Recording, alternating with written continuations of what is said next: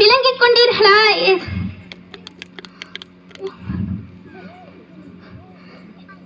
A Gaza teacher sent last message on social media. கடைசியாக காசாவில் உள்ள ஆசிரியர்கள் சமூக வலைத்தளங்களில் கேட்டுள்ளார்கள், பாருங்கள். அல்லாஹ்வின் நல்லடியார்களே, do you understand why the stones and trees will speak in the end times? நீங்கள் விளங்கிக் கொண்டீர்களா? எதற்காக இறுதி நேரத்தில் கற்களையும் மரங்களையும் அல்லாஹ் பேச வைக்கிறான் என்று தெரியுமா? Because the whole world is silent. முழு உலகமும் அமைதி காப்பதால் தான். மாதல்லாஹ், வலி நிறைந்த வார்த்தைகள் அல்லாஹ்வின் நல்லடியார்களே. ஈமான் கொண்டவர்களே, காசாவை விட்டு 12 லட்சம் மக்களை வடக்கே இடம்பெயருங்கள், தெற்கே செல்லுங்கள், இறுதி வாய்ப்பென்று யூதன் எச்சரிக்கிறான். ஆனால் அவனுக்கு தெரியுமா பாலஸ்தீனிய மக்களின் ஈமான் எப்படிப்பட்டது என்று? ரஷ்ய ராணுவ தளபதி கூறுகிறார், முஸ்லிம்களை ஒருபோதும் நம்மால் தோற்கடிக்க முடியாது. ஏனென்றால் நாம் துப்பாக்கி கீழே மரணத்தை பார்க்கிறோம், ஆனால் முஸ்லிம்கள் துப்பாக்கி கீழே சொர்க்கத்தை பார்க்கிறார்கள் என்று. சுப்ஹானல்லாஹ். சரணடையுங்கள் அல்லது செத்து மடியுங்கள் என்று யூதன் கூறுகிறான். ஒருபோதும் முஹம்மது நபி ஸல்லல்லாஹு அலைஹி வஸல்லம் அவர்களின் தலைமையான சமூகம் சரணடையாது. நிச்சயமாக, சத்தியமாக, இறுதி வரை எதுவரை என்றால் நபி ஸல்லல்லாஹு அலைஹி வஸல்லம் அவர்கள் கூறியதாக புகாரியிலே 2925வது ஹதீஸாக இடம்பெறுகிறது. முஸ்லிம்கள் யூதர்களுடன் போர் தொடுக்காதவரை யுக முடிவு நாள் வராது. அல்லாஹ்வுடைய தூதர் என்ன சொல்றாங்க பாருங்க.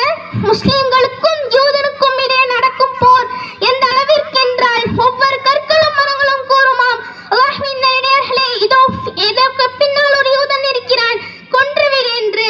அதுவரை யூதர்களுக்கு அழிவு ஈமான்தாரிகளால் தான். அல்லாஹ்வின் நல்லடியார்களே, இங்கு நடப்பது எதுவும் ரப்புல் ஆலமீன் அறியாததல்ல, அவனுக்கு கடினமானதும் அல்ல. அல்லாஹ் என்ன பார்க்கிறான்? நம் பாலஸ்தீனிய மக்களுடைய பலமான ஈமான் நம் சமூகத்தை எந்த அளவிற்கு மாற்றுகிறது. சகோதரத்துவ தன்மை நமக்கிடையே இருக்கிறதா? அங்கே அடித்தால் இங்கே வலிக்கிறதா? இதைத்தான் ரப்பு பார்க்கிறான். அல்லாஹ்வின் நல்லடியார்களே, இந்த போர் பாலஸ்தீனிய மக்களுக்கு வந்த சோதனை அல்ல, ஈமான்தாரிகளுக்கு வந்த பலப்பரீட்சை. நம் பாலஸ்தீனிய மக்களை துஆ என்னும் பலமான கேடயத்தால் மீட்டெடுப்போம் இன்ஷா அல்லாஹ்.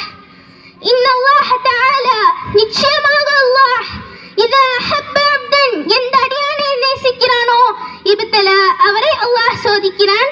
இறுதியாக ஒரு செய்தி, நம்மை சீர்படுத்திக் கொள்வதற்காக வந்த படிப்பினை தான் வரலாறு காணாத வெள்ளம்.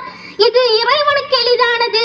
ஈமான் என்னும் இறைச்சம் உடையவர்கள் வெள்ளம் என்னும் சோதனையும் அதிலிருந்து உயிரை பொருட்படுத்தாமல் மீட்டெடுத்தவர்களையும் உதவி என்னும் கரம் கொடுத்து காப்பாற்றியவர்களையும் ஒருபோதும் குறை கூற மாட்டார்கள், மறக்கவும் மாட்டார்கள். மல்லம் யஸ்குரின் நாஸ லம் யஸ்குரில்லாஹ். மனிதருக்கு நன்றி செலுத்தாதவன் இறைவனுக்கு நன்றி செலுத்த மாட்டான். அல்லாஹ்வின் நல்லடியார்களே, வெள்ளத்தால் ஏற்பட்ட பாதிப்பு என்பது அல்லாஹ்வின் கோபம் என்றாலும் அதிலிருந்து நம்மையும் நமது ஊர் மக்களையும் உயிர் சேதம் இல்லாமலும் பல நபர்கள் மூலமாக பொருளாதார உதவியும் நமக்கு அளித்து நம்மை மீட்டெடுத்தது அல்லாஹ்வின் நேசம். நிச்சயமாக அல்லாஹ் நம் மீது கொண்ட நேசம்தான் என்பதில் சந்தேகமே இல்லை. அல்லாஹுக்கும் ரசூலுக்கும் கட்டுப்பட்டு வாழக்கூடிய சமூக மக்களோடு எம்மையும் எம் சமூகத்தையும் ஆக்கி அருள் புரிவானாக. وآخر دعوانا أن الحمد لله رب العالمين. السلام عليكم ورحمة الله وبركاته.